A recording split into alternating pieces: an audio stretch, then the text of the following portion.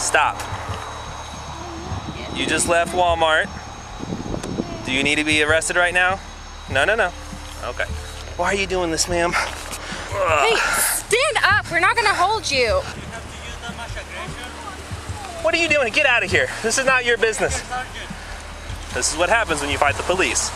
I have to use force to safely detain her. So when I went to go grab her and talk to her, she started running, leaving, pulling away from me, trying to fight me. Well, that's the thing, I didn't see her running. Welcome back to the Lackluster channel. Few stories are submitted multiple times to me. This is one of them. It's been nearly a year since Karen Garner was forcefully arrested by Loveland police officers after she left a Walmart with $14 of unpaid merchandise. And now an independent investigation has been launched. Karen is a 73-year-old woman with dementia and sensory aphasia, an inability to understand spoken and written speech. On June 26th, 2020, Karen walked to a nearby Walmart from her home and wandered out of the store without paying for several items. She was stopped by Walmart employees and the items were recovered. She was denied an opportunity to pay for the merchandise and left the store. On her way home, she stopped to pick some wildflowers, and Officer Hop of the Loveland Police Department arrived on scene. Alright, let's stop, ma'am. I don't think you want to play it this way. Ma'am, police, stop. You want to stop? Lights on, siren, stop. You just left Walmart. Do you need to be arrested right now? No. Okay. Let's stop. It appeared fairly obvious that Karen wasn't alert and oriented. When asked why she didn't stop, she only responded with a blank stare and mumbles incoherently. Fearing for his life, less than 30 seconds into the interaction, Officer Hop escalates the stop and goes hands-on, forcing Karen's hands behind her back and taking her frail, 73-year-old, 5 foot tall and likely less than 100-pound body to the ground as she continues to mumble incomprehensibly. It is likely that this is the moment her arm was fractured and wrist was sprained. She's probably like 4'10", 5 foot, maybe like 100 pounds. No, on the ground. Stay on the ground. After a short struggle, she's now detained. All right, let's stand up. Oh boy. Stop. I'm going home. Officer Hop then yanks Karen to her feet and pushes her towards his cruiser as he waits for backup. Confused and afraid, Karen struggles, telling Officer Hop that she wants to go home. I'm going home. Instead of attempting to communicate with her, the officer pushes her arms upward, dislocating her shoulder. Eventually, Officer Jalali arrives on scene and continues to brutalize the 73-year-old until she appears to collapse from pain, which prompts the officers to slam her back to the ground. Hey, stand up. We're not going to hold you. Let's go to the ground. Neither officer has attempted to speak to her yet, and they eventually get her into the cruiser, and a passing driver stops to address the officers. What are you doing? Get out of here. This is not your business. Come on. What's that? Where's your sergeant? Who's my sergeant? Yeah. Okay, well, first, I can tell you that. Sergeant Metzler, he's at the police department. You can go talk to him if you have an issue. Yeah, give me your car so I can put a report. Okay. I see you there, how you throw the little kid. Little kid? Well, I don't know He's if not a little kid.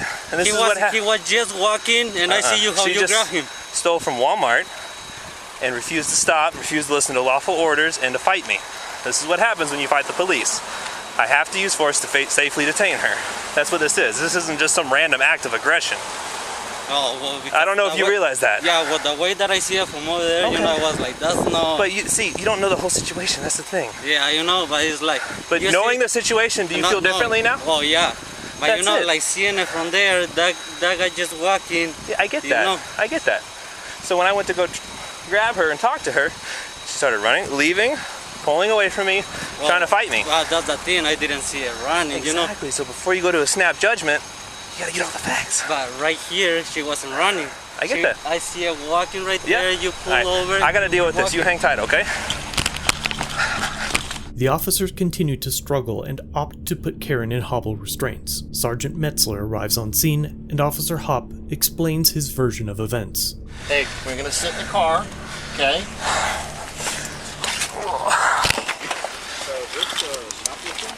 Yep. So I went up, I found her. Did we catch her here walking on foot? Yeah, she was walking right here. I hit my light siren, she kept walking. Said, "Police, stop." Stop, and she looked at me, kept going, saying, "No, I'm going home." So I went up to grab her, started pulling away from me and stuff like that. So I was by myself, so I went to the ground. We struggled and rolled for a little bit. I see that. Yeah. And then I got her detained. She showed up while I had her up against the car because I couldn't get her in the car and all that stuff. So we struggled over there for a little while. And then we brought her into this car because mine was locked. And she wouldn't get in. She'd get in, wiggle out, get in, wiggle out, all this stuff. And then finally, well, let's get to the ground, get her in a hobble. She been drinking or something? Or? I have no idea. She hasn't talked to me much. Okay. All right. Good. All right. Let's get her down to the station. Yeah. Go from there. So we have. I still need to figure out what we have there. Okay. But you want him to go? You want Capello to go over there? Could you go do that? Because they got the property back from her before she left. Okay, from the shoplifting. Yeah. Yeah, we go over there and see what she's. How much? What? How much? All that jazz. Yeah. Were you guys talking to anybody over there before? No, I just came here because she left and I found her. All right. I'll go over there. I'll let you know. You're the bomb. All right, and I'll meet you guys down soon. Cool. Thanks. You guys are okay? Yep, we're good. You're a little muddy, dude. I think we're doing A inspections. little bloody, a tonight. little muddy, that's how it works. Yeah. Is the blood on her? Yeah, that's her blood. You're not bleeding, are you? And this is who? Oh, he probably wants to talk to you. He just showed up and started filming us, asking us. Yeah. I've explained him the situation. He's a lot better now. How'd you said you were fine? I would have gotten here quicker. Oh, you were good. Had her handled. If it was a big dude, it'd been different. But she was like 20 pounds. Did you see whatever was in there? I can't open it. Oh, yeah, just her credit card. Sergeant Metzler berates the bystander that witnessed the event, even though the sergeant hadn't been present for the encounter himself. You inserted yourself into the situation. Good old Metzler. Say good old Metzler. Are you cut?